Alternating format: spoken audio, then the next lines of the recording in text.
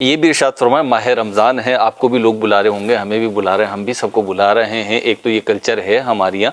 دوسرا روڈوں پر دسترخوان بچھاتے ہیں اور اس میں عام اجازت ہوتی ہے، کیا امیر، کیا غریب، کیا مسافر، کیا مقیم، جو دل چاہے آئے اور افطار کر لے. دیکھیے جو دسترخوان ہے افطار کے، یہ ہمارے معاشرے کا بڑا حسین کلچر ہے. خاص طور پر جو بڑے شہر ہیں، چھوٹے شہروں میں یہ کلچر دیکھنے کو نہیں ملتا. وہاں مساجد میں لوگ بہت زیادہ افطاریاں بھیجتے ہیں اور مساجد میں لوگ جمع ہو کے اجتماعی طور پر افطار کر رہے ہوتے ہیں. کراچی جیسے شہر میں یہ دیکھا ہے کہ ایک ایک روڈ پر جو ہے، خاص طور پر جہاں گاڑیاں گزرتی ہیں، پبلک ٹرانسپورٹ چلتی ہے، وہاں پہ اسٹال لگا دیے جاتے ہیں، لوگ افطار کرتے ہیں. تو یہ اچھی بات ہے، ایک نفلی کام ہے، اس میں زکوٰۃ استعمال نہیں ہو سکتی. اور اس نفلی کام کے اندر اصل جو ٹارگیٹ ہے وہ ہے روزے دار.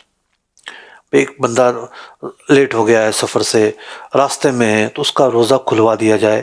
اب اس کیفیت میں امیر اور غریب کو نہیں دیکھا جاتا، بندے کی کیفیت کو دیکھا جاتا ہے. روزے دار کو تو پیاس لگ رہی ہے نا، ٹھیک. اس کو مطلب کچھ اندر جائے گا تو تھوڑی راحت محسوس ہوگی.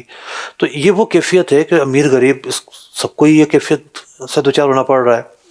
تو یہ نہیں کہ کوئی ثواب آپ کا کم ہو جائے گا. ہاں یہ ضرور ہے کہ یہاں جو لوگ آئے ان کو تو آپ نے سب باغ و بہار دکھا دیں، دودھ کی شربت بھی پلا دیے اور بڑے میٹھے میٹھے شربت بھی پلا دیے، سموسے بھی کھلا دیے، فروٹ بھی کھلا دیا. لیکن آپ کے محلے میں سفید پوش لوگ رہتے ہیں، آپ کے محلے میں ایسے لوگ رہتے ہیں کہ جن کے پاس اس طرح کے اسباب بالکل بھی نہیں ہیں. تھوڑا ان کا بھی خیال کریں. میں یہ نہیں کہہ رہا کہ اس کو بند کر دیں. بعض اوقات لوگ غلو کا شکار ہو جاتے ہیں. اور اب اس رمضان سے پہلے تو کچھ ایسے میسیجز چلے ہیں جس میں تعصب کی بو آتی ہے کہ ابھی کراچی والوں یہ کرنا، کراچی والوں یہ کرنا. بھئی جو حیدرآباد کا ہے وہ کیا مسلمان نہیں ہے؟ جو پنجاب کا ہے کیا وہ مسلمان نہیں ہے؟ وہ بھی ہمارا بھائی ہے، وہ بھی مسلمان ہے، ہم سب ایک قوم ہیں. تو بات یہ ہے کہ بعض اوقات صحیح بات کو غلط انداز میں پریزنٹ کیا جائے تو ایک منفی تاثر ہو جاتا ہے. شاید ان کا مقصد یہ ہو کہ آپ صرف روڈوں پر لگا کر تو ایک کام کر رہے ہیں، اس کے ساتھ ساتھ آپ گلی محلوں کا بھی جائزہ لیں، جو غریب ایریاز ان کا بھی جائزہ لیں. تو اب یہاں پر ہر شخص اپنی ذاتی جو ہے نا وہ رشتہ داروں کو دیکھے، تعلق والوں کو دیکھے، کچھ نہ کچھ کرنا چاہیے. پڑوس میں بھی کراچی جیسے شہر میں کلچر کم ہوتا جا رہا ہے کہ خیر جو بہت امیر ہے اس کے پڑوسی بھی امیر ہوتے ہیں. تو کبھی ایسا کریں آپ افطاری لے کے نکل جائیں غریب بستیوں میں اور وہاں جا کے افطاری کروا دیں. تو یوں تھوڑا سا بیلنس رکھ کے چلنا چاہیے. اس سے جو معاشرے کا جو حسن ہے وہ مزید اجاگر ہوگا، اور یہ جو آپ کا کار خیر ہے اس میں مزید جو ہے نا وہ بہتری آئے گی. جو آپ کر رہے ہیں وہ غلط نہیں ہے، وہ بھی ایک اچھا کام ہے، وہ بھی ایک نیکی کا کام ہے. اور یہ جو نیکی ہے یہ پوری دنیا میں اس کی تعریف ہوتی ہے کہ دیکھیں مسلمانوں کا کلچر کیسا ہے. آپ دیکھیں مسجد نبوی شریف میں دسترخوان لگتا ہے، ٹھیک ہے. جی میں نے ارب پتی لوگوں کو جی ان دسترخوانوں پہ بیٹھ کے کھاتے دیکھا ہے، جی. کھلاتے بھی ہیں، کھاتے بھی ہیں. کھاتے دیکھا ہے، جی کھلاتے بھی ہیں، کیونکہ وہاں الاؤ نہیں ہوتا.